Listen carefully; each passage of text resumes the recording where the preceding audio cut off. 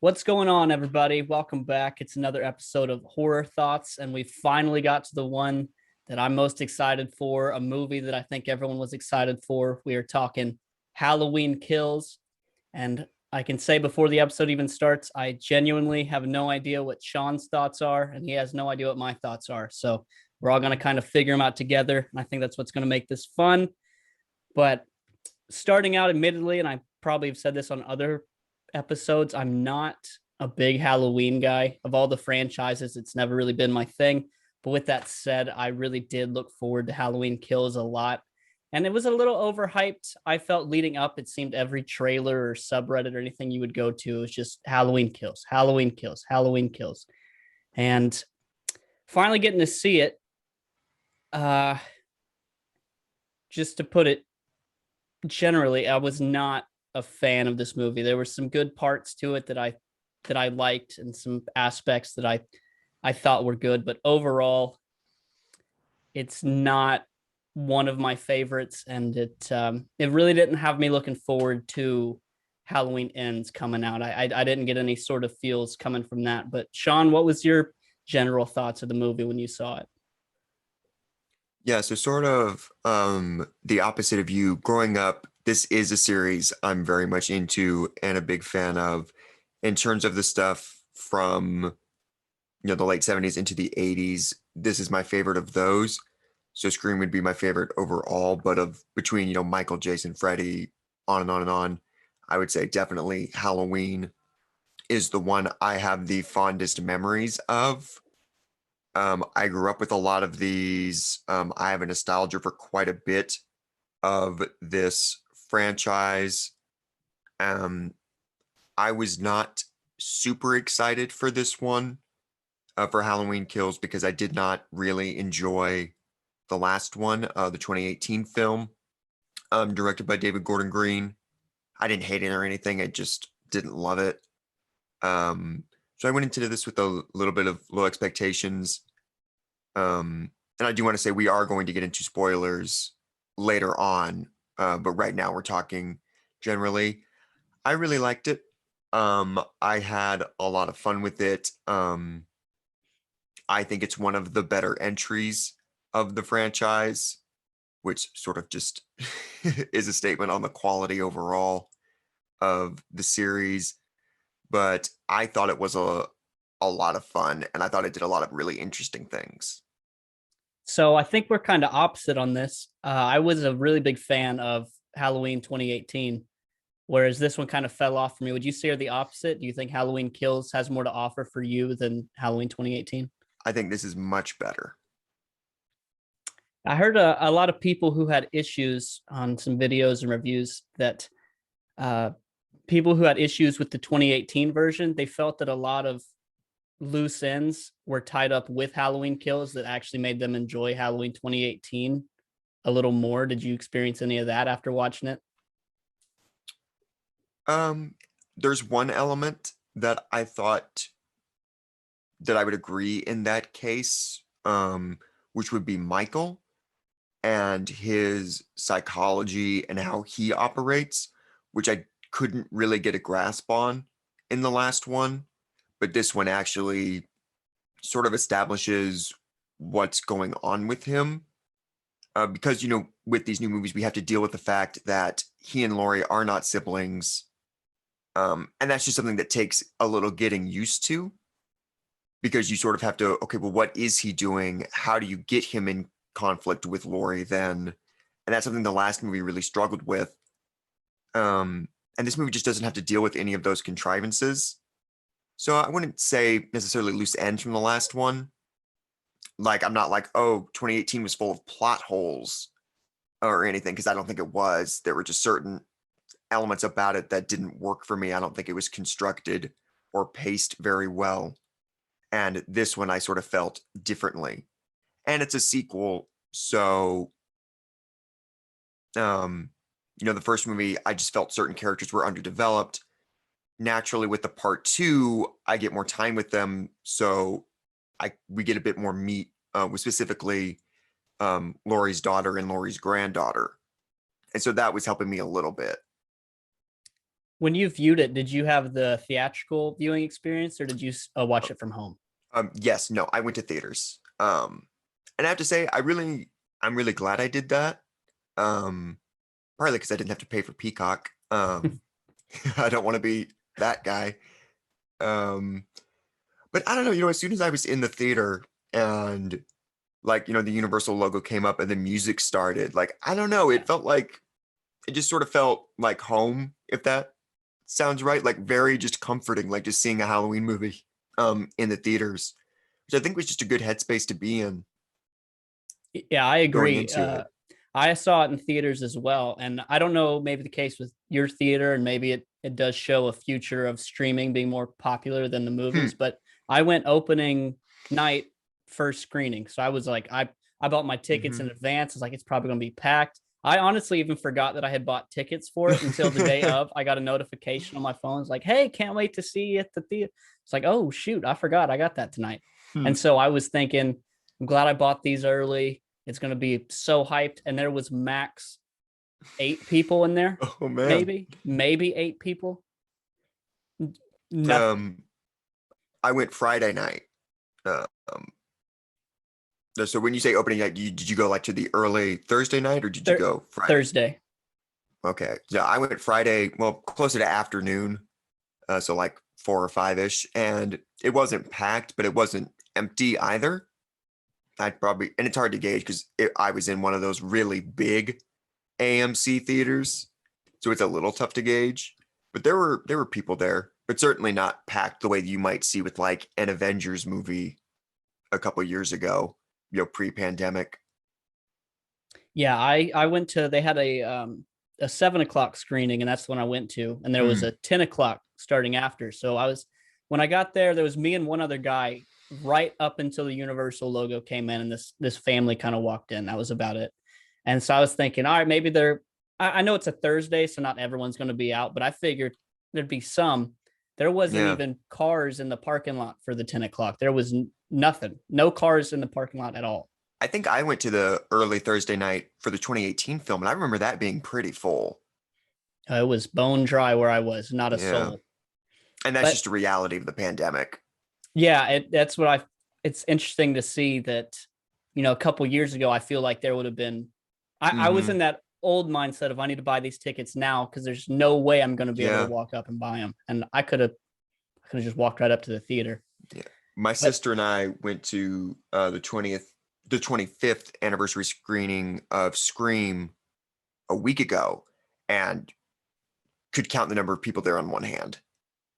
it's a new era, I guess. The things are changing. But for me, like you said, I was very glad I saw it in theaters when that Universal kicked in and the music it was like a mix of the original with like a little heavier synth sound. It was just again, it was the same thing. You kind of feel at home. You're like, all right, I'm at the movies with a horror movie. This is gonna be awesome.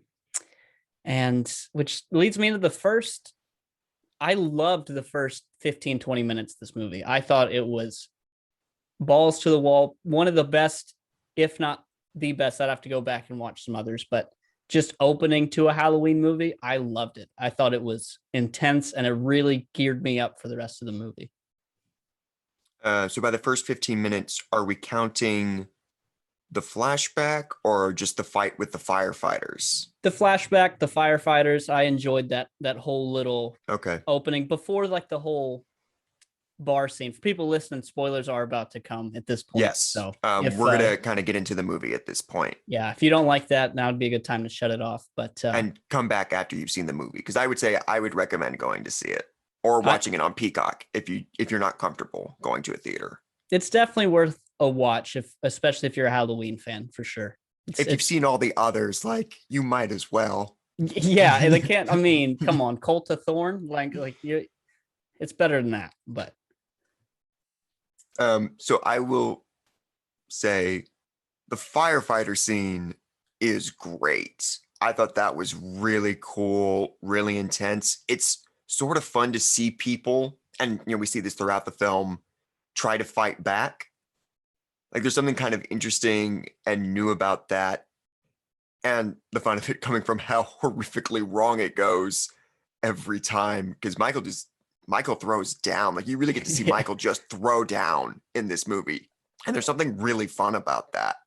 I was talking to my sister about it, and something that is very apparent in this one, a little bit in the last one, but in this one is that the David Gordon Green stuff is this weird sort of mix of what Carpenter was doing in 78, but with what Zombie was doing, Rob Zombie, because you sort of get the sort of suspense and the sort of style of Carpenter, but it's definitely Zombie's violence and Zombie's intensity that we sort of see from Michael. Like it's an interesting sort of thing that they have to balance. And I don't know if it always necessarily works, but it's just an interesting thing that we were thinking about. Yeah, that's something I made a little sheet of my pros, which unfortunately Hmm. isn't nearly as long as my cons. But I my biggest pro of this whole movie was the kills and the gore and the visual side, because it is fitting. Halloween Kills, you get all the kills you can handle in that movie, and they are just vicious, I thought, through the whole movie. Worst movie title ever. Like I know trying to be like positive right now, but that is the worst movie title ever. I hate that title. Yeah, it's So dumb. it's not the best. It's not the God Halloween damn it. Kills. Yeah, I Uh, we can go between pros and cons because it's going to happen the okay. whole breakdown in this movie. Okay. Thank you. Because I wanted to complain about the flashback because I was really excited when the title card pops up and it said 1978. I was like, yay. I thought that was such a good idea. And everything that happens, I love on paper. Like if you just showed me the script and I read all this, I'd be like, perfect. I love this. But I'm curious if they got a new director of photography for this one as opposed to the 2018, because I thought it looked very different than the 2018. The first one of these, it'd be easier if they gave that one a subtitle. But that one, they very much tried to make it look like the 1978 film or as close to it as possible, just sort of in the modern day. And I thought that worked very well. I thought the 2018 film was shot really well. You know, they had that great one take where Michael just went from house to house to house, and that was so incredible. And there's nothing really like that in this one. And it's colored a little differently, or I'd say it's lit differently. It's much more harsh lighting, which works. It's shot well. It's just different. And that really bugged me in the 78 section because I want it to look like the original movie and it doesn't. Like there's nothing in there that is remotely shot. Like the 78 film, they do some shaky cam when Michael first pops out to attack a cop.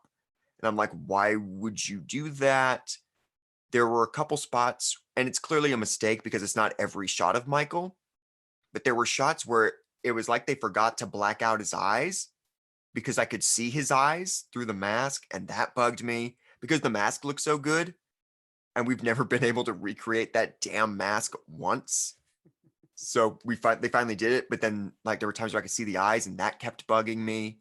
And then, and again, this is a major spoiler. So again, if you still haven't left, we get a Dr. Loomis cameo. And apparently there was just a guy that was working on the film, like a crew member, who just weirdly kind of looks like Donald Pleasance. And so they were like, yeah. And like, and I'll give him credit. He does look similar, but it puts me in an uncanny valley place of like, it's just off enough that it distracts me. And then the voice is terrible. Like it is such a bad impression of Donald Pleasance. Like when the first line gets said, because he's not on screen for most of his dialogue, you just sort of hear it, and it's just vague British voice. And I was like, no, they're not doing that. And then he shows up, and it was like, oh.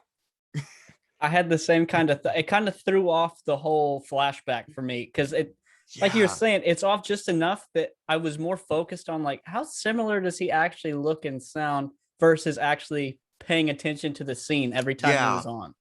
yeah. You're just sort of looking at it like, and like if they had just been a little smarter about it, I wouldn't have given him any dialogue, to be honest. Like just wide shots, that shot of like his gun when he's going to shoot Michael in the head, and stuff like that. I thought that would have been just fine, where you could just see like the trench coat or like a wide shot of him where you couldn't get a detailed look. But they do like a super tight close up on his face, Yeah. and he has like dialogue, and the dialogue's not great.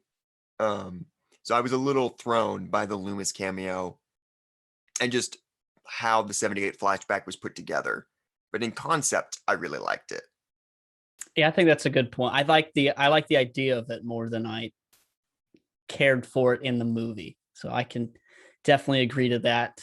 Then it goes straight from that's when they bring in the introduction of the boyfriend, right? From Halloween 2018. He finds Right. After the firefighters, we go to Cameron, who I believe we knew was Lonnie Alam's son in the last film. Like it's like a reverency thing, but now Lonnie is an actual character in this film. But yes, we go to Cameron discovering the body of his friend Oscar, and then Officer Hawkins, who was the focus of the flashback. Sorry to cut you off, but last episode we were talking about people were saying there were spoilers in the movie, or I'm sorry, on Jamie Lee Curtis's Yes. Twitter. Was that him? Hawkins, yes. Okay, Hawkins was the big spoiler. When I was watching the movie, because I watched no trailers or spoilers, I didn't want to know. And as I was watching, I was like, I bet it's him. I bet that's who people got pissed about. Yeah. And that might not have aired yet. Oh, Our it might not conversation have. about that. Oh, that's true. I didn't think about it. Well, there was one conversation where you'll hear it some date where cool. I was right. I was like, I bet he was the guy people got pissed about. And we had another conversation, and this might have aired, where there was a major spoiler in a trailer. And that was Loomis. They showed Loomis in one of the trailers. Damn. So, and like, it wasn't a thing, and we'll talk about this at the end when we get to the news, because there's a new trailer for something. But with the latest Halloween trailer, it wasn't like a thing where I was going frame by frame, and so there's no one to blame but myself. Like, no, I was just in a theater watching Zack Snyder's Dawn of the Dead, and that trailer played before, and just saw it clear as day. Just one of the shots of Loomis. It's like, oh, he's back. Okay, I guess we're doing flashbacks. I didn't know that either. So that stuff got spoiled for me. Cool. I didn't mean to take it off topic, but I was No. I was thinking when I saw him come up on the screen and was alive, I was like, I bet that's why they were mad. Yes, because Jamie Lee posted a picture of him on her Instagram. Sweet. So he comes after he's alive. This begins one of probably my largest con, and it's just throughout the whole movie. I can't even pinpoint when it started, but the fucking dialogue in this movie was the absolute worst. I was pissed the entire movie. It was so over the top. So if he's gonna die, I have to be the one to kill it. I'm like, dude, come on. Everyone in this movie just talks so evil dies tonight.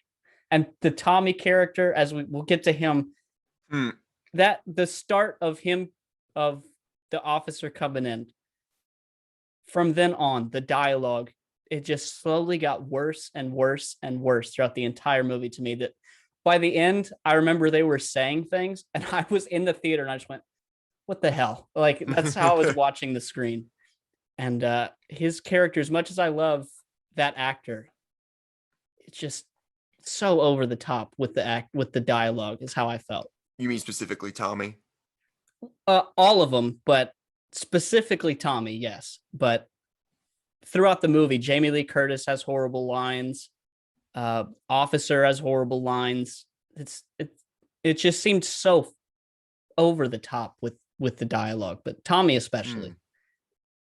It never really bothered me. The only time where I felt it was really rough was the Loomis stuff, which I talked about. That's where the dialogue was like, okay. And it feels like they're trying to write Loomisy dialogue for everybody. That's the best description I've heard. Which is kind of interesting. And one, I don't think it's written as well as some of Loomis's stuff from that first film.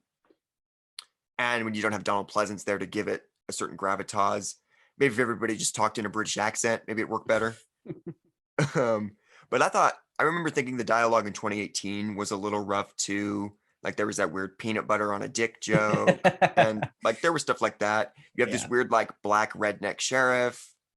Like there's always these weird, in both of these films, there's these weird elements and weird characters and weird dialogue.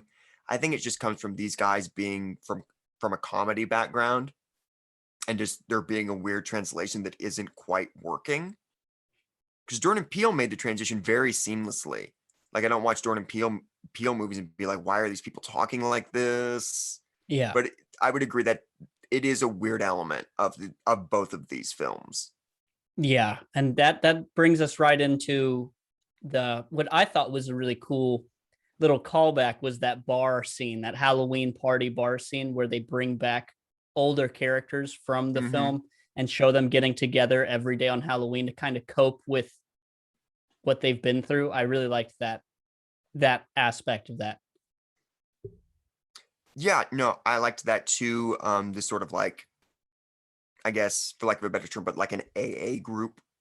Yeah. You know, like a group therapy kind of thing where they've all sort of become friends because they've all had this shared experience. I would argue Lonnie didn't have the same experience, but you know, it's a retcon. So you just kind of have to deal with that. And they want more characters to have more of a body count. And that's sort of the big thing that I think will also affect whether or not people like this movie. This is not a movie about Laurie Strode. This is an ensemble piece. This is about the town. This is about the community of Haddonfield. And we can talk about whether or not we think that's effective. But that is a reality of this movie. Jamie Lee takes a back seat. She does not have a lot of screen time. And I do think that's going to upset some people. I've talked to someone already that was disappointed that she was sidelined. For me, I thought that worked. I was so invested in the idea of this collective trauma on the town that Michael is just this plague that has affected everybody, and the mob that results of it. I thought all that was so interesting and so captivating that I didn't mind it as much, but I do know that's going to upset some people. So that kind of ties in to another huge con that it becomes more apparent later as the movie goes on. It gets worse for me, but we're in this world or this Halloween universe that this movie's in. We're throwing away 3 through however all the way up to Rob Zombies. There's none of that exists, right? 2 as well. Yeah, so we got 1, 2, and then nothing. No, there's no 2. No 2. It's just 1. Okay, that makes my anger even more for this. So this town's affected by this, right? That's the whole point of this movie is the town. There was only what? 3 people killed in the first one? I believe the number is the 3 kids 3 in Haddonfield, and then there's a couple of others like that are like and incidental. Okay. And then they added deaths, obviously, in the flashback. Yeah. You know, with the cop and whatever. So that was 40 plus years ago. 40 exactly. And this town has it was so over the top of evil dies tonight, and this whole town is going ape shit over this killer. But in reality, there wasn't. It's a horrible thing on a town. Yeah, but it was. I don't get where this entire just over the top aggression towards this character. He's horrible, but with this whole evil dies tonight and how mad they were, they should have sawed his fucking head off by the end of the movie. Like it was so over the top that they're making him out to be this crazy dude, but in reality, he killed a couple people and was gone for 40 years. And so to me, the mob didn't click too well for me. Well, for me, because the mob doesn't kickstart until it's revealed what Michael did in the 2018 film. Yes.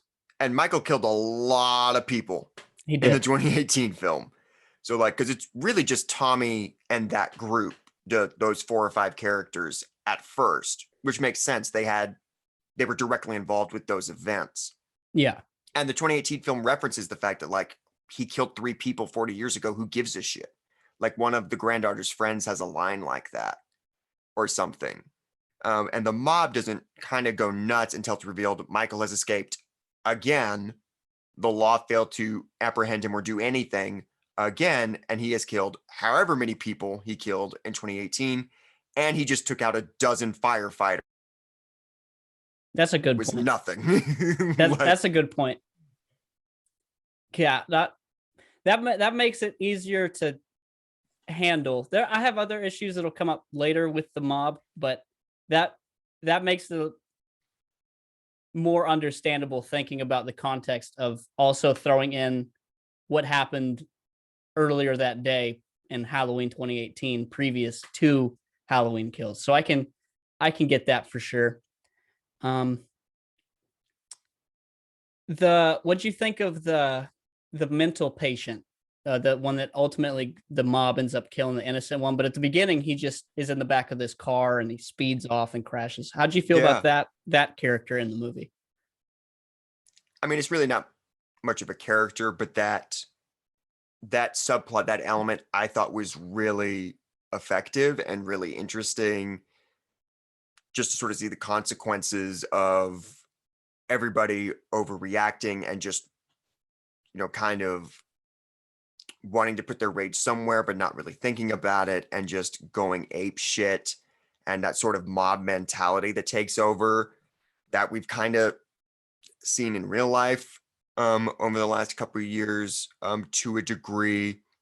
And I honestly thought that was one of the most effective sequences of the movie, was when he just jumps out that window, when it just becomes too much and he just kills himself.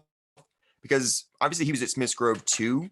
So like he could also be a criminal, but we don't know. We don't know what his deal is. He could just be mentally ill. Like we just don't know. And there is something I thought was really intense and scary about that until, and you kind of referenced this as a positive, I really did not like the gore in this one. To me, kind of like you with the dialogue, it felt too over the top to the point. And this movie is trying to deal with very serious subject matter. And so when you have a scene that intense and that sort of kind of brutal, and then you cut to this very goofy looking body on the floor with just cartoonish amounts of blood just everywhere and like body parts all sorts of way. And I think it's trying to be like really disturbing is the intention, is like, ooh, look at the carnage. But to me, it just looked silly. And a lot of the gore looked silly to me. I'm curious if some of it was CG, because I don't know, a lot of it looked rough. You definitely wouldn't have liked that. I heard a dude talking who had seen the test screening, I guess a year ago or whenever they did it a long time ago. Yeah. And he said that scene specifically with the dude jumping in the gore, they said they were on that for another 10, 15 seconds of gore and blood. And like they was more so over the top with it before they did the test screening.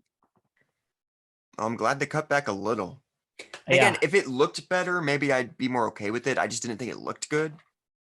So I get this goes back to the mob. I get the mass hysteria of a mob, right? When you get a whole bunch of people going to one thing, kind of thoughts go out the window.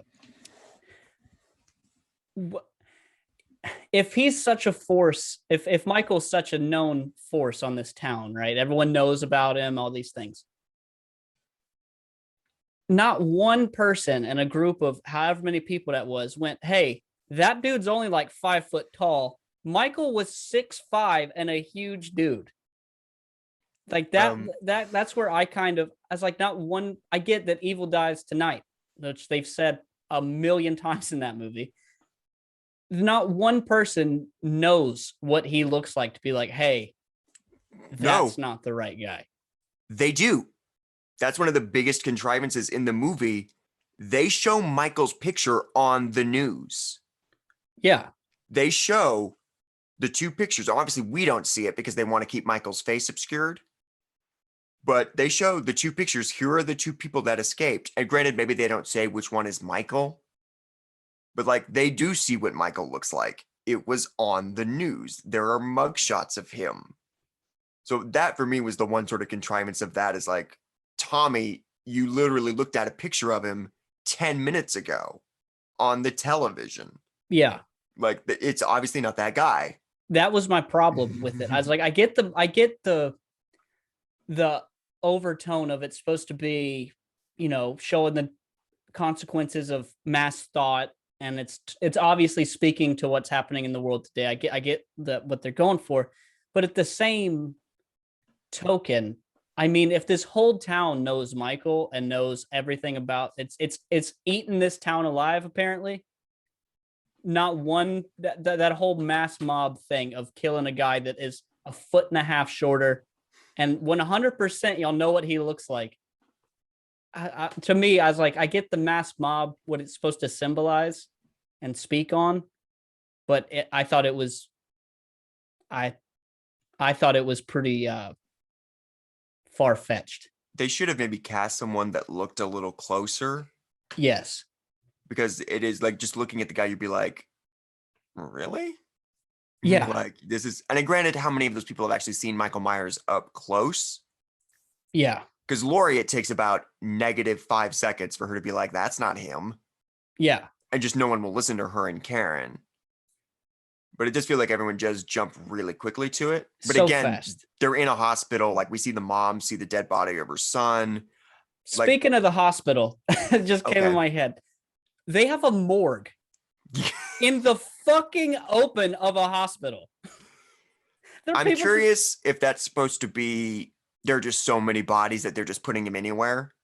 Like, maybe the morgue is full was the only thing I could figure. Because, like, that dude's body is just in view of the window. Yeah. Which obviously, like, from the movie making perspective, we just want that woman to see her son's dead body.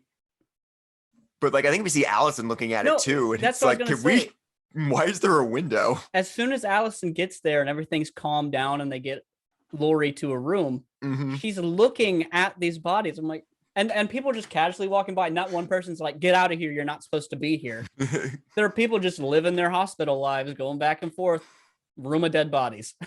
Right there. I've never seen a morgue. And granted, I don't have like super hospital experience, but I've never seen a morgue just kind of out in the open like that. It's normally like in like a basement, right? It's going to be tucked away somewhere. Yeah. You're not going to be like, let me go down to the gift shop real quick. I'll get some flowers. Up there's dead people. Let me go stop by this Starbucks. The 30 murder victims.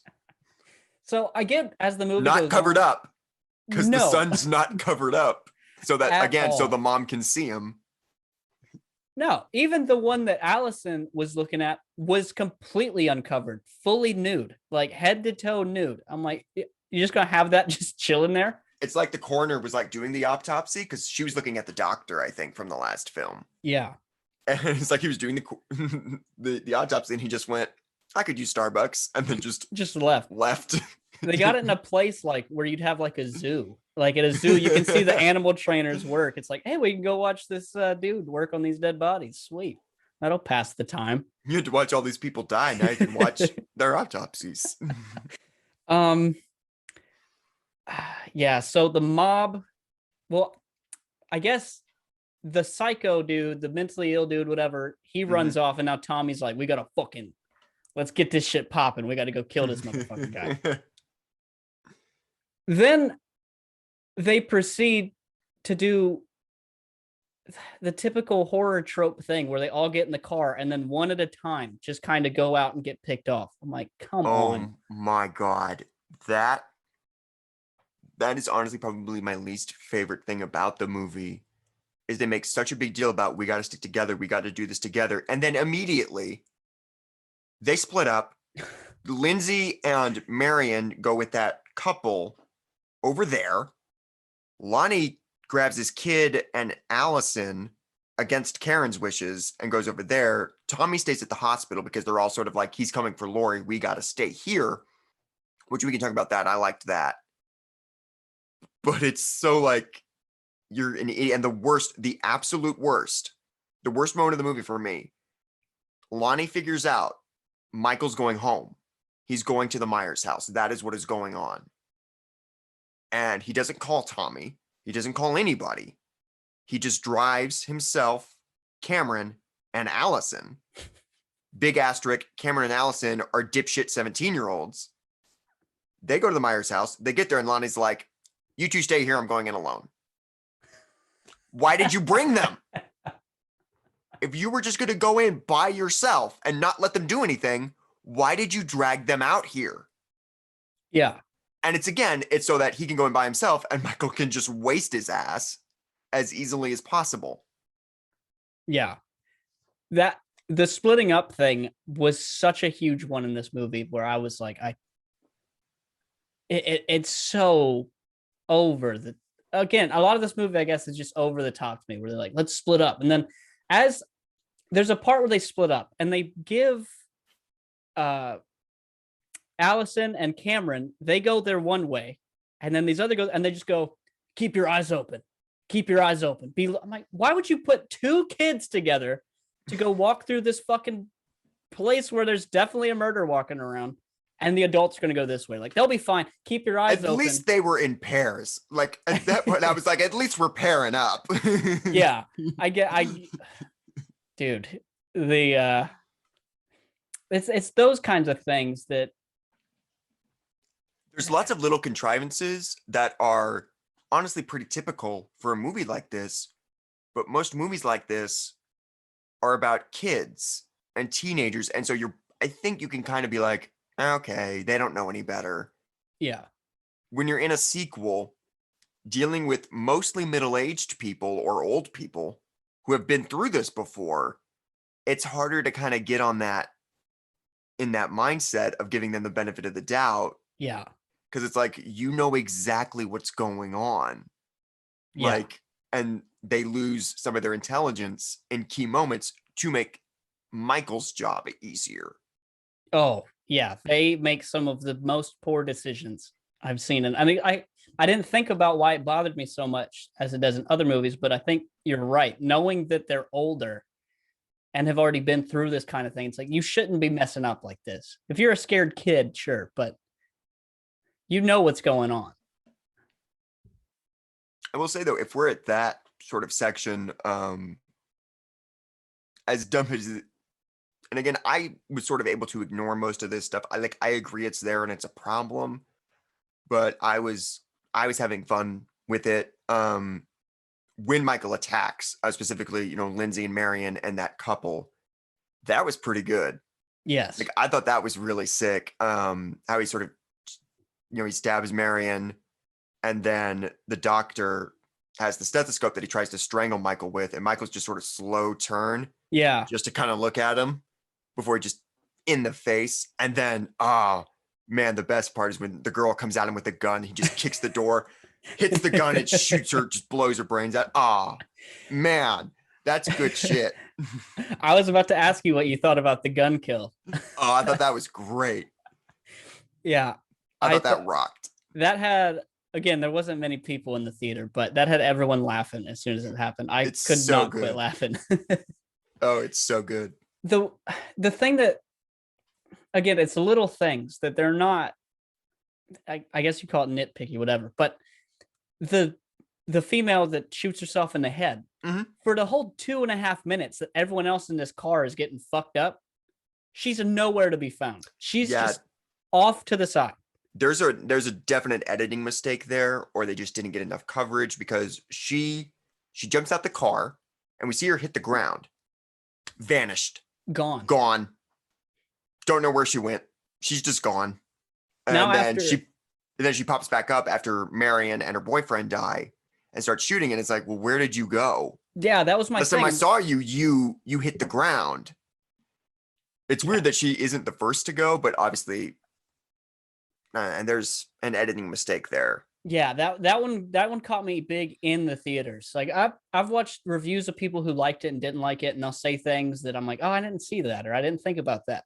But that one I caught in the theater where I was like, hold on, where the fuck were you? Like, I thought you took off. That would have been the smarter option, honestly. And like, all you have to do is include a shot of her running away, so that we know, okay, and then you can assume when she's back, oh, she doubled back. Something. She changed her mind and came back to save him. She got scared and bolted, but like, we don't see her run. We just see her hit the ground. Oh, back to to further the dialogue thing. I don't remember the exact quote she says, but one of the kills in the car, one of the past characters, I don't remember what character it was, but is it the nurse? Is it Marion? Probably. she gets the gun and points it at Michael, and she's like, whatever dumb. This is for Dr. Loomis. This is for Dr. Loomis. This is for Dr. Loomis. Horror trope, click, nothing. And I'm like, come on. Like, you say that dumb fucking line. Like, if you're in that scenario, you shouldn't be quoting off one-liners like you're fucking Clint Eastwood. Like, just kill the guy. Also, what does that mean? Michael didn't kill Loomis. Loomis probably just died of old age. God, it's those little one-lines where it's like, dude, God, why that would? Do you think Loomis went drinking with them when he was still alive? I like to hope so. Do you think he went drinking with them? That crazy. I guess he doesn't exist in the other one, so I guess he's not a crazy fuck to them. But I always think freaking Loomis later in the series, we're like, dude, you're kind of scarier than Michael at this point. You're unhinged. In Halloween 5, when he's like holding little Danielle Harris, like, come get her. Yeah, you're like using an 8-year-old as bait. It's like, dude, you're almost as bad as him. Like, this is unreal. So I did like that aspect of it in that scene, especially the gun kill. It was so unexpected. Oh, you're like, oh, so good. That's one of Michael's best kills, because we talked about this when we talked about kills, that we didn't think Michael had a ton of great kills. This movie rectifies that. Yeah, man, this was killer. Oh, like, dude. The firefighter scene alone, I was like, this is dope. Yeah, I have the kills in this one. I loved the kills. I loved the gore. I have so many. Sorry, I didn't mean to cut you off. No, you're good. I loved how playful Michael was again, because that's one of my favorite elements of him in the first one, is that he has a sense of humor that's very dark. The way he sort of sets bodies up, like, he sets Annie up against the tombstone and stuff like that I always just loved. And we see a lot of that in this movie. I love that he, the Halloween 3 mask. And he puts the couple in the merry-go-round and he strings Marion up as the witch. I thought that was super fun. I love, because he, he kills this gay couple that's living in the Myers house. And when Cameron and Allison show up, they find their bodies, and he has them set up identical to a framed picture of them on the mantelpiece above them, which I thought was such a funny little thing. Yeah, I thought that was super great. I love the theatrics. Some people that I was reading online were like, I can't believe he's so theatrical and over the top. I'm like, what are you talking about? That's him, dude. It's supposed That's what Michael does. What was the character's name in the first one? Bobby, that he sticks to the wall? Bob, yeah. Yeah. And he hits it there, and he even kind of like looks. He's like, huh. And he sets up like a little jump scare for Lori with him, because the closet door opens and he just whomp and like swings down somehow. Yeah. So he's like, no, he's always been real playful. Yeah, I like to think of it like he's still got the mind of a child. So he's gonna make it a little fun for him. Did you like the scene when he kills the older couple at the beginning? You're talking about him being playful, which I thought was one of those morbid scenes I'd ever seen, where he kills this older couple, and as one of them was bleeding out, he props him up and folds the other one over the counter and stabs him with one knife, goes and grabs a different one, stabs him with that knife, goes and grabs another one in the kitchen scene. Did you like that scene? I really didn't. And part of it, it's one of those things where it's like, all right, we're just adding to the body count again, which was one of my issues with the last one, where it just felt like just coming across characters just to murder them. And so you'd be introduced to characters, and then in that scene they die, which is just something I never like in slasher films. I like to spend at least a little bit of time with them. But in terms of that moment, I couldn't really make heads or tails of it. The only thing I could figure is that he was like trying out knives. It's like, he was like, look at one and be like, no. Grab another, no. And that's the only thing I could figure he was doing, because otherwise I just don't know what he's doing there. So that scene didn't really work for me. I like you were saying, I didn't know why they were getting killed. I know why he goes to the house. It's the first house he sees, and it obviously helps the trajectory thing, but he bandages himself. That's what he's doing in the bathroom, is because he got burned, obviously. And so he's like bandaging himself, and that's what they hear him doing before he attacks them. No, so, I get plot wise, I see what's happening. It's just a little like, it's one of the more gratuitous elements. It's fine. I just didn't really love it. Yeah, I get why it's there. It's just I also didn't. I was like, it didn't really need that aspect of it in the movie, but I liked the knife switch. I thought that was really interesting, where he's like, nah. Oh, this one's good. Too thin, too wide. I liked that. I didn't know he was particular about knives, but I guess he is. I guess so. He's like speaking of particular about knives, you touched on the couple, Little John and Big John, who I'm curious to hear your take on if you found them as comic relief or not. But there's one part when they realize that Michael's in the fucking house and they go and they're like, we need to get knives. He's definitely in here. And he goes and picks up a fucking cheese knife that's about 2 inches long. I'm like, bro, I get that it's comic relief and haha, but come on now. Like that that part was funny, especially after this whole build up. He's like, someone's in here. Let me take my shirt off, get fucking ready. I'm gonna go. Cheese knife. There was a lot about that sequence that I liked. I was a little more on board with those characters being weird and kind of out there because they're living in the Myers house. And so that's hard to make believable. And so those two characters being weird and over the top, I was like, okay, no, this tracks. This would work. These are just weird people. And I thought that sequence was really tense when like one of them is checking the upstairs and one of them is checking downstairs and they're like calling to each other, like just sort of checking in, making sure the other's okay. I thought that was really good and really suspenseful. And I loved the end of it when Lil John turns around and sees Michael and they just sort of look. Well, no, he sees Michael at the window and he's like, Michael, you came home. And Michael just turns around because they're in what was Judas' room. I thought that was a really cool way to handle that. And then they cut away. Like we don't see him die. I thought that was one of the cooler moments of the movie.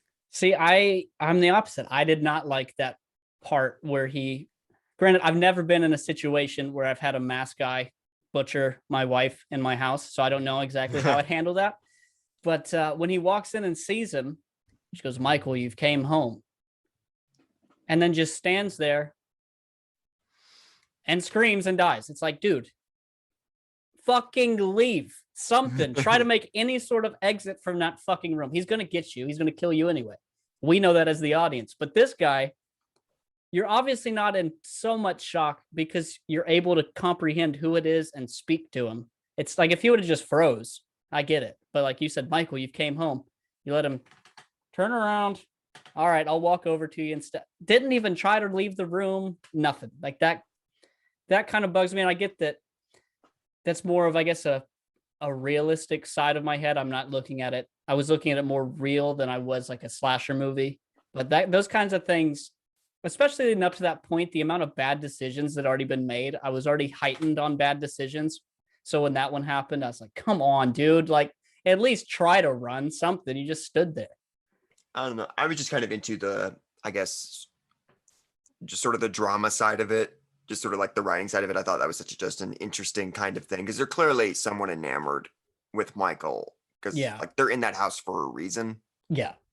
I just thought just looking at it like as a movie and as a story, I just thought that was a really interesting moment. As much as I gave it shit earlier, being like, he only killed 3 people in the first one, I still wouldn't move into that fucking house. So they're obviously got something off. Yeah, and that's technically his second spree because obviously Judith was 63. Yeah. So their bedroom is the room where she died. Yeah. They sleep in the room where Judith was murdered. No. Fuck that. Laurie's dad finally sold the house, though. Yeah. This timeline worked out for Laurie's dad. Yeah. I did like the couple. I thought was funny. I liked their whole little back and forth. I thought it was good little relief in the middle of the movie. But you ultimately knew you're like, they're gonna fucking get it so hard. Oh yeah. Which I also like that the Myers house looked good. It's never looked good. It's just like I was saying with the mess, they've never got the house down. And I was like, the house looks right.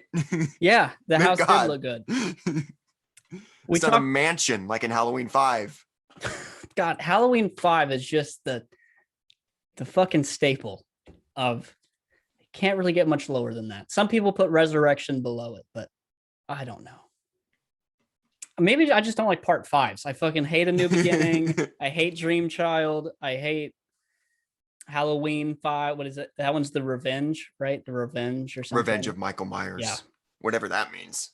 Yeah. Whatever he's revenging. But I guess now that you talked about the cool little prop up of the couple where they reenacted the photo, which I thought was amazing. I thought that was such a Yeah. cool little element. He's playing a little record over the top of it. Hmm. After Lonnie has now been killed and the kids decide we got to go in that house, Hmm. they go in ready. Now she's got a shotgun. They're like, let's fucking go get this guy. Hmm. She sees this dead couple, puts the shotgun down, runs to the couple, stares at them for a while, like, oh God, what about Michael's in the fucking house. You know he's in the house. 100% he's in the fucking house, or at least you have an assumption he could be. Let me put my weapon down, run over here, grab a knife out of this guy. It's like, what are you fucking doing? Like that's the one when she threw the gun down in the theater, I went, come on. Like, why would you Sorry, can we talk about how dumb Allison is? Like, yeah. this is Lori's granddaughter? Like, come on. Like, yeah. honestly, they got me because I didn't really care about Karen, the Judy Greer character last movie. They got me so much more on board with her because she's the only one making any semblance of sense this entire movie. Yeah. Where, like, Allison's like, I'm going to go with Cameron and Lonnie to hunt him down. We're going to kill him. And Karen just goes, we set him on fire. Yeah. And it did nothing. What are you going to do? Like, what are you talking about? Yeah. It's that horrible decision. And you touched on Karen, and I feel like I'm such an odd man out with this. I do not think Judy Greer was good in the first one. I do not think she was good in this one. I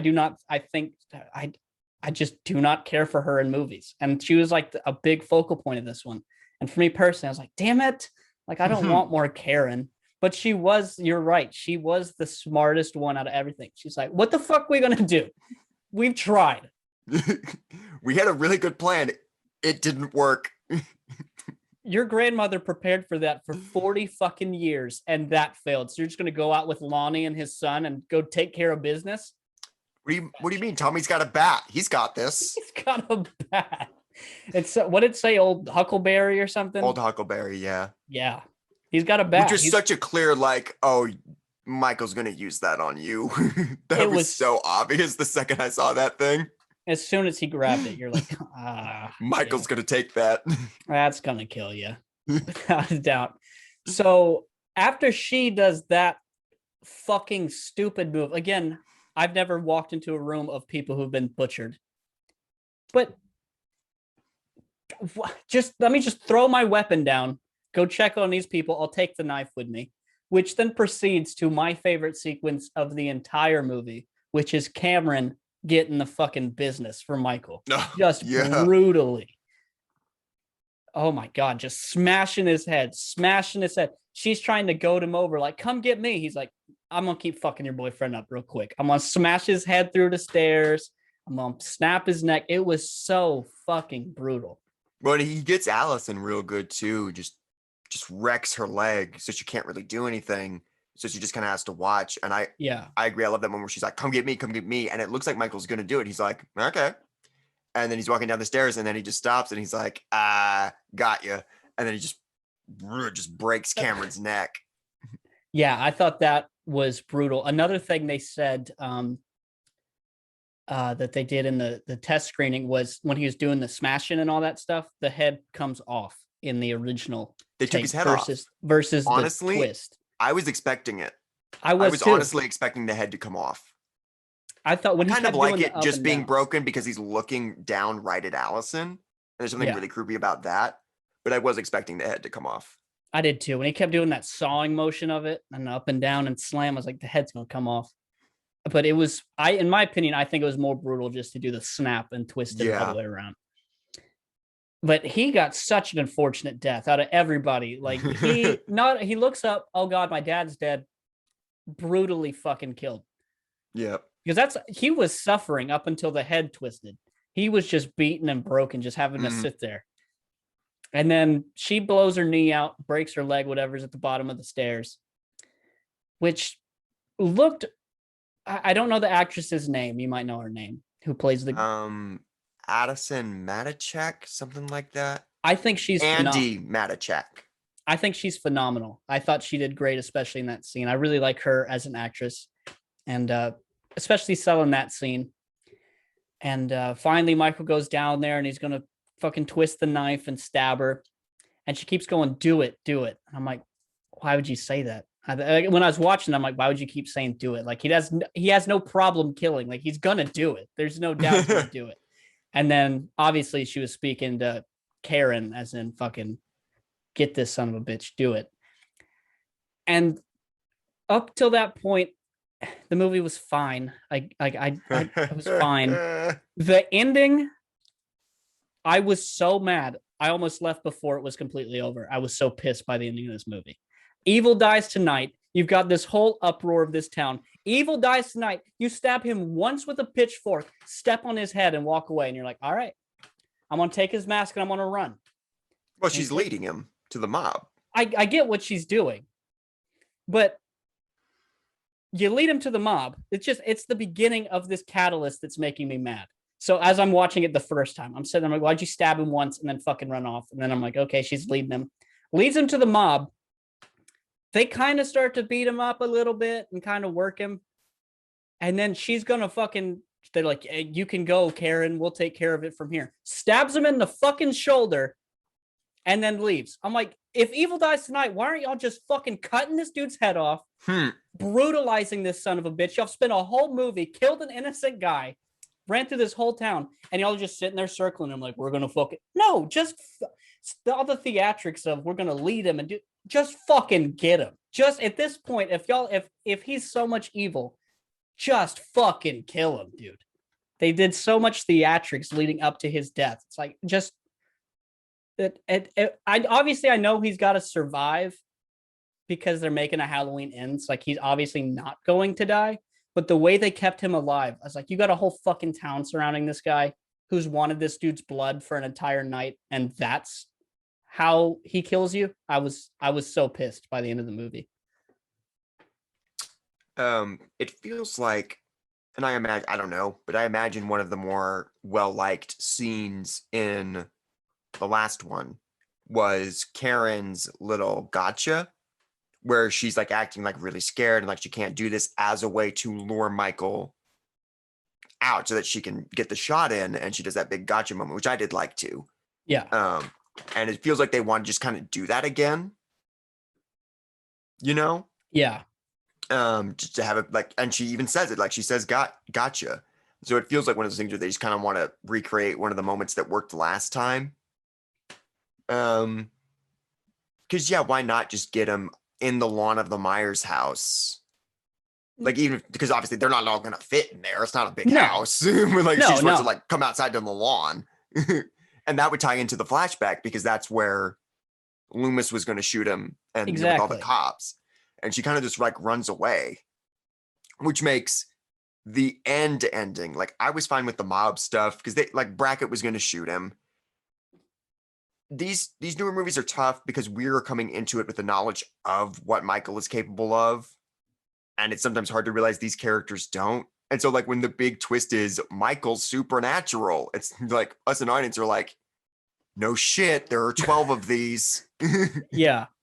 But obviously they don't know, but it's tough, and that's tough to construct. And obviously Tommy coming at him with a bat, even though Lonnie had guns. Yeah. Brackett's the only one there with a gun. Yeah. All those people just got fucked up, and Tommy's like, I got this bat. It's like, no fucking way. But the ending. Oh, you're talking about the window ending. I get good God. I honestly, I just can't, I don't know if I like it or I don't, because I just can't make heads or tails of it. And that entire last section, it feels kind of dreamlike. It feels weird. Like, even when he's killing the mob, so Bracken and Tommy and stuff, like, it's shot differently. So it feels kind of dreamlike. Karen, Judy Greer, she sees little Michael, like young 6-year-old Michael, in the window, goes up to looks out the window, and then Michael is behind her, and then he kills her. And I just can't make heads or tails of how or what is happening. why does she see little Michael? Like, is Michael really killing her? Because how'd he get there? Like, they went far away. Yeah. And so he had to have somehow got all the way back to the house, snuck past Allison and everybody else. I guess there's 2 doors. There is a back door. But it's just weird that he'd be able to do that. Yeah. If it's really happening. So the only thing I could figure is that it's a dream or some shit. But that also feels really cheap to do a big cliffhanger where you kill one of our main characters. And the next movie, you're going to be like, no, we didn't do that. Yeah. Because. So what's happening? So the mob at the mob killing, I was still already pissed. I'm like, I'm fucking over this movie. And then when the window scene happened, I was like, no fucking way. Like, this has to be a dream. There's no way Karen was the voice of reason through this whole fucking movie and would go die like that. Like, she's the smartest character in this whole thing. And that's how she dies. And back to I keep touching on the test screening because everything I heard about it makes it sound so much better than this ending. Was she goes up to the window, and whatever, Michael stabs her, whatever the case. And Lori calls Karen's phone to see where she's at, say, hey, I think he's going to the house, whatever. Mm-hmm. Well, Michael answers and just breathes in the phone. He just picks it up and is breathing in the phone. And that's whenever, like the scene in the first film. Yeah. And that's when Lori, it cuts to that scene, where she's walking through the hospital with the knife. That was supposed to be from the trailers. Yeah. That's how it was supposed to end, was he killed Karen, he answers the phone and breathes, and then she walks through. But after the test screening, they did a rewrite. And that's what makes me question if it is a dream, because originally it wasn't supposed to be. It was supposed to be he killed Michael Karen. Really killed her. So that makes me wonder if they did a rewrite to where they made that a dream, or... I don't know the Karen part of it, like if she's really going to be dead or not. The reason they changed to that is because the third film was supposed to take place immediately after Halloween Kills. Like, again, it was going to be all 2018, all the same night, and they changed their minds. So now there's going to be a 4-year time jump between Kills and Ends. So Halloween Ends will take place the year it comes out, 2022.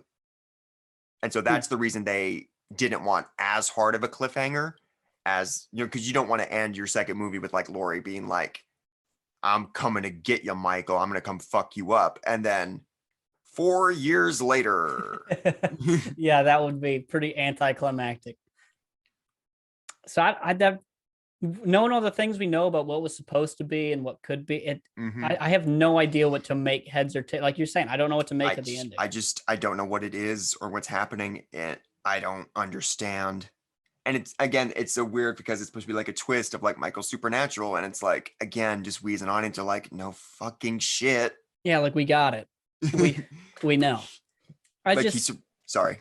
No. I was just the mob mentality was such a big focus that the mob went so crazy they killed an innocent guy without question. And I can back that in my head. Logically, I can get it. But if you went that ape shit to kill an innocent guy, you now have Michael in front of you for real, the real guy. And y'all are like, we're going to do like a warrior style fucking circle up gang fight. We'll hit him once until... It's like, if y'all are that that was my problem, is if y'all are that bloodthirsty to kill evil, they were very fucking tame.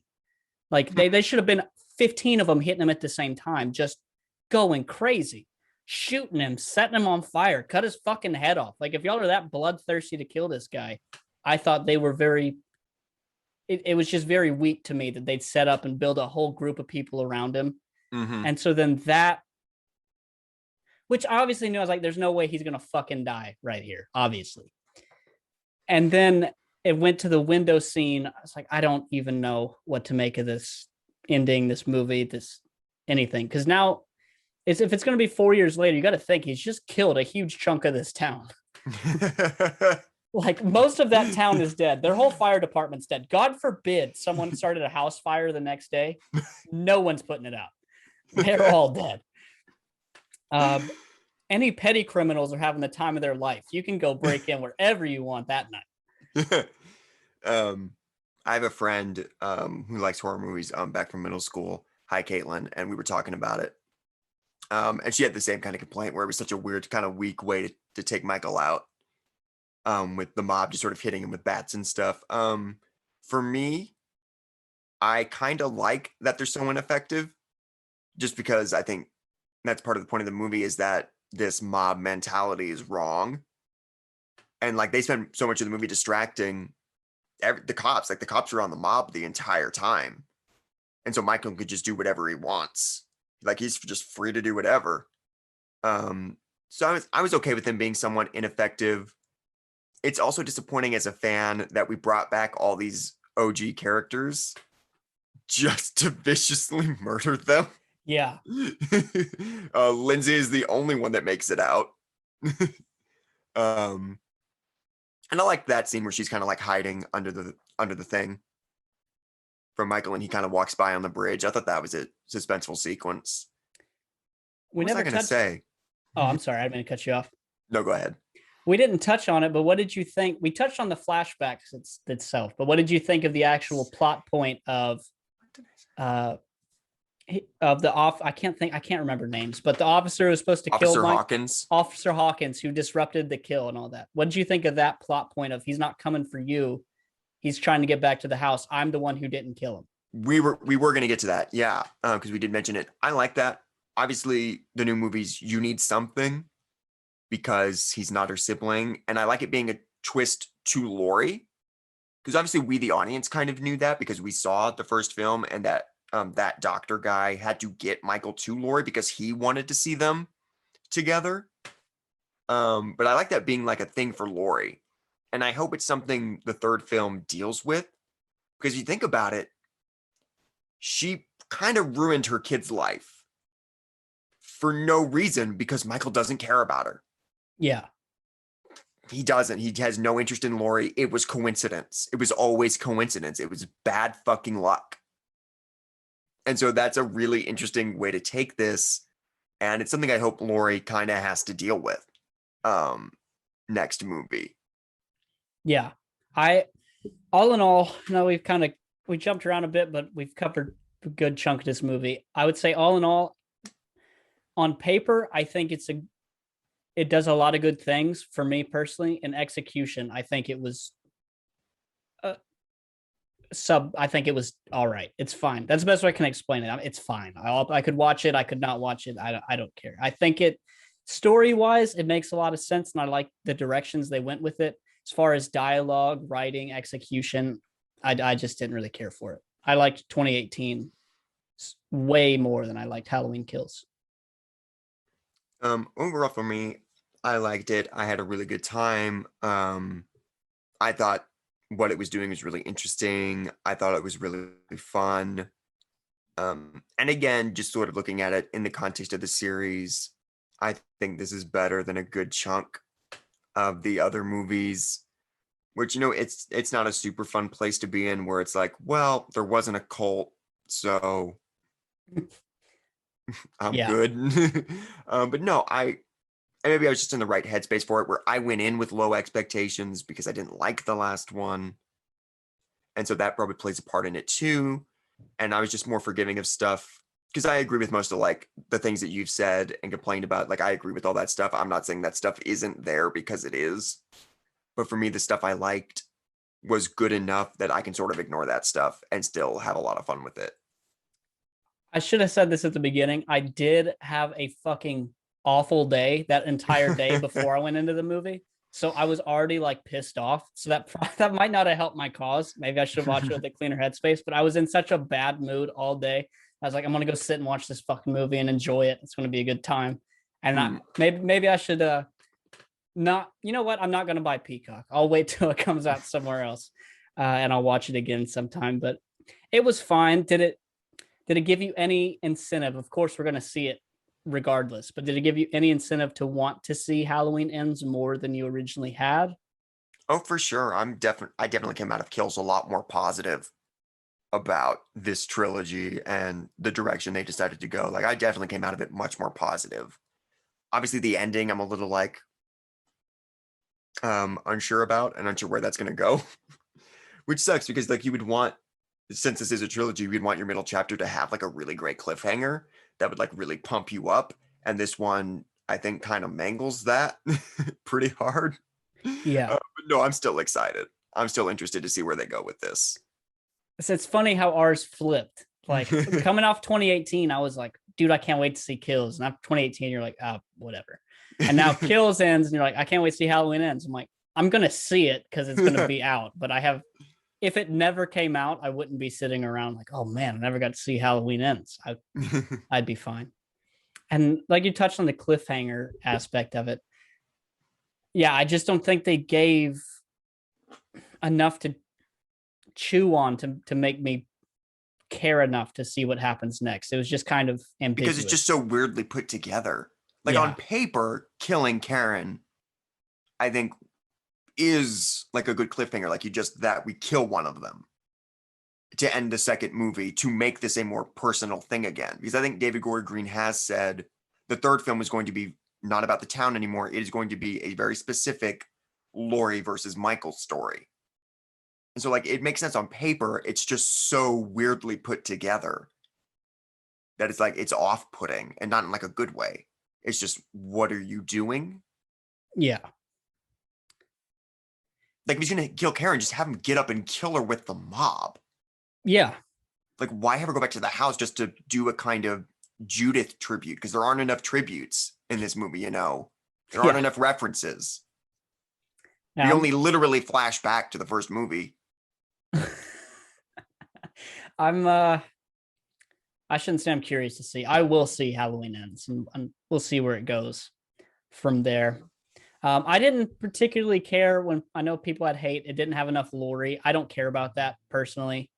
It didn't affect me. I wasn't thinking I should have had more or less Laurie. I was fine with her role and where she sat in this movie because again, from more of a realist perspective, she did get fucked up. Like I don't need her. When she shot herself with drugs the first time, I was like, cool. Then she got fucked up by the mob.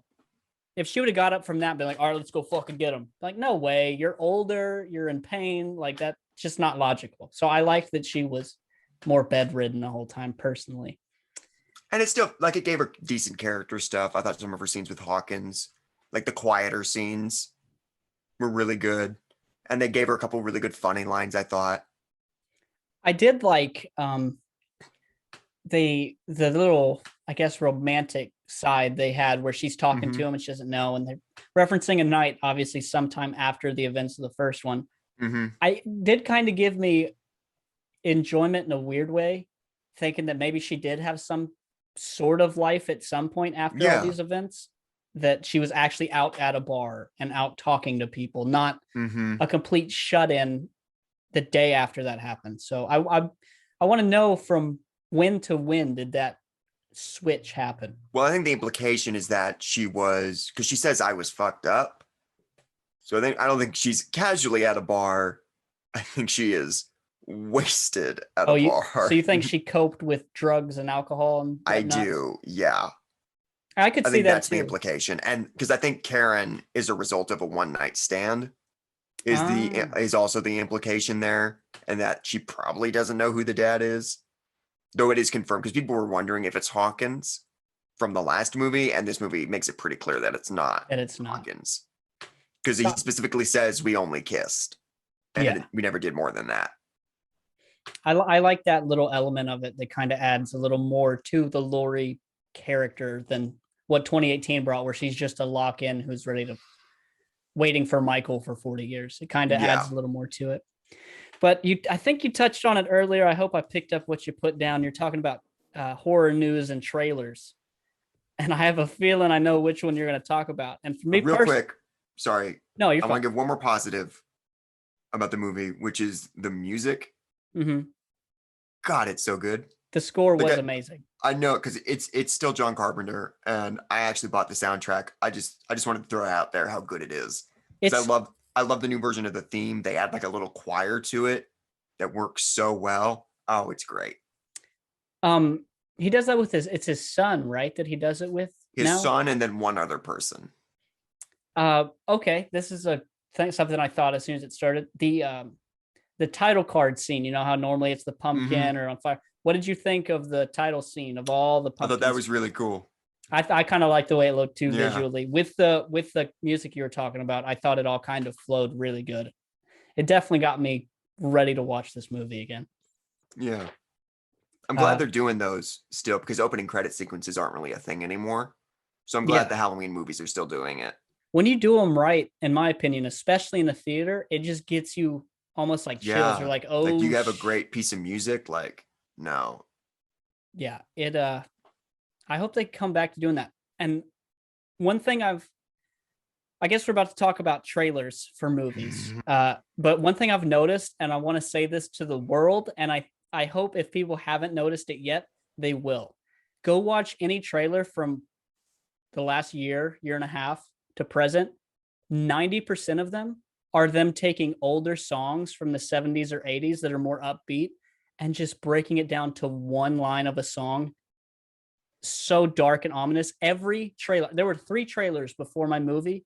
Each one of them was just an 80s or 90s song that they slowed down and put to the trailer for every single one of them. That's been a thing for a few years now. It's getting like, so unoriginal to me. I'm like, come on, man. The last couple years, that's all you see. And they do it a lot. It's kind of like, it reminds me of that shift. You remember early 2000s where every movie would be like, one man, one day, blah, blah, blah. Tom Cruise in. And then someone decided to do a trailer where it was just dark, ominous, like, whoa, music. And you're like, oh shit, that was kind of. It's some like cheesy 80s song, like everybody wants to rule the world. Yeah. It's just like, slow down. Yeah. And it's just, they did this whole shift where at first it was cool. You're like, I like that it's more ominous. And then they start with the music thing. You're like, that's cool that they made this normal upbeat song so creepy. And now it's the point where it's like, dude, I get it. 80s songs are cool. Trend. But that was just a side note. I had my news and a lot of it was for trailers I saw. Yeah. And every one of them did that. But the one, I'll knock out 2 that I saw, just upcoming movies that people might like, because I really want to hear what you think about Scream 5. I really want to know. 2 movies I saw that are coming out early next year. If you're a fan of possession movies like myself, if they're your thing, there's a new twist on exorcism movies called The Devil's Light, which comes out in February. And it's the story follows this nun who was, it appeared to be like one of her family members or maybe herself was a victim of a possession. And she became a nun, but the clergy and everyone, they won't allow a nun to be an exorcist. They won't let her pursue that role in her church. So now, knowing her story, she gets to go and she becomes an exorcist through all these things and she faces these demons. But they did a lot of twists where it didn't look like a typical exorcist style rip-off possession movie. It had a whole bunch of different elements. So for possession fans, The Devil's Light comes out early next year. And for some psychological thriller, there's one called The Black Phone. I don't know if you saw a preview for that. I did see The Black Phone. Yeah. That looked like a psychological thriller unlike I've seen in a long time. And it's just this one kid who gets kidnapped and there's one black phone in this room and it rings and it's the souls of these other kids that have been kidnapped and killed telling him how to get out of this situation with this killer. And it looked really unnerving, but really interesting. And that comes out early next year for people into that style of movie. No, yeah, I got that trailer too, and I thought that looked great. Also from Blumhouse. They're very hit or miss with me, I find. Yeah. Very hit or miss. That's any studio. Yeah, but Blumhouse in particular, because some movies I watch and I'm immediately, as soon as it starts, I'm like, that's a Blumhouse movie. Like, I don't even need to see it at the beginning. And then there's some that surprise me. I'm like, that's a damn good movie. And it's Blumhouse movie. Yeah. Scream 5. No. Not yet. Not yet. Well, I just will say you've talked about this before, but I finally saw the trailer for Last Night in Soho. Oh, yeah. So I did just want to shout that out real quick because that looks so great. Fantastic, right? Yeah. God, I love that. Looks Anya really Taylor-Joy. good. Yeah. It just looks like a trippy time. Like you can't hardly make heads or tails of the trailer, but it makes me think of when you see that Mandy trailer with Nicolas Cage. Mm-hmm. That's kind of how I felt when I watched this. I'm like, I don't know what's going on, but I like it. It's kind of creepy. But yeah, so as I mentioned earlier in the podcast, last Sunday, as a recording, my sister and I went to the 25th anniversary screening of Scream, which was a lot of fun. And then a couple days after that, we got a poster, some stills, and a trailer for what is called Scream, but it's Scream 5, and everybody's going to call it Scream 5. So I don't know why they're not calling it Scream 5, but whatever.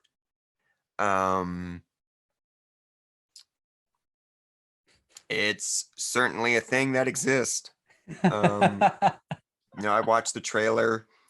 There are a couple cool moments. I'm not going to sit here and pretend that it looks horrendous or awful. For me, it doesn't look like Scream. It doesn't feel like Scream. It just sort of looks like pretty generic slasher fare that just happens to star some of the actors from Scream. Like, I don't know. I didn't get much out of it other than it sure does exist. What is the plot line? It's the kids of, what did they say?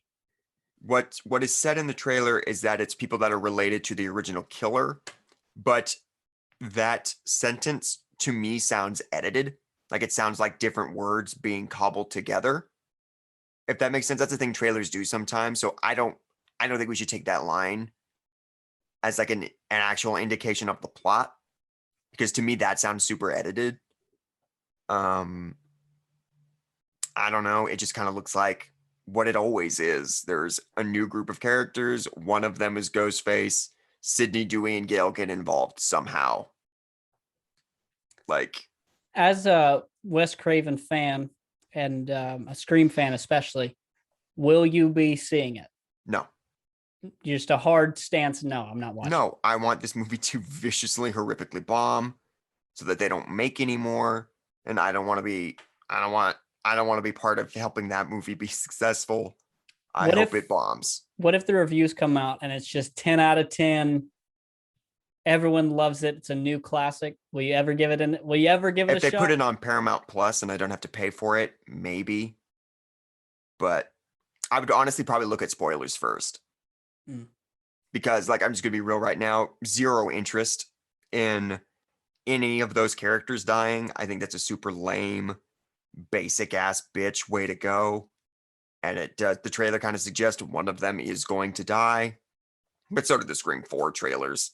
But especially if they kill off Sydney or do something stupid there. Like, so I would look at spoilers first to see if they do a thing I would consider stupid. But even then, I would never pay for it because I don't think this movie should be happening in any way, shape, or form. And I think it's a waste of everybody's time. But I hope Neve Campbell got paid. That's like the one thing is like, I hope she made a lot of money. I will say, just to be nice, not to be, a little bitch. Some of the shots look neat. There's the one shot of Ghostface and Dewey facing off in the hallway of the hospital. I thought that looked neat. That was kind of one of the moments where I was like, oh, that looks cool. I thought the beginning where the killer has like somebody else's phone and is like messing with because it's like a smart home. And so he's using the phone to like open the locks. And I thought that was kind of decently suspenseful in the trailer and sort of a fun way to update this stuff because you have to deal with phones and how we have phones and technology and stuff. Maybe I'd be more excited about that if Chucky hadn't done that in the most recent Child's Play remake. But it's still a good idea, and I thought that was kind of fun. Neve Campbell looks hot. Like, I don't know. I think you just have like a childhood I bet Neve Campbell could be 85 and you'd be like, damn. Still go for it. I think that's a nostalgia thing. I think she looks good. No, she definitely did, for sure. Do you got any horror news, anything upcoming? Oh, the other big thing, did you not have thoughts on the Scream trailer? I mean, I'm not the biggest Scream. I'll see it just because I'll see it. I don't have really thoughts one way or the other about it. Look like a typical slasher to me. I don't have nearly as many emotions invested in that movie like you do. So to me, it's just kind of a typical movie. I'm sure I'll see it. I won't necessarily go out of my way to see it, but I'm sure I'll see it at some point.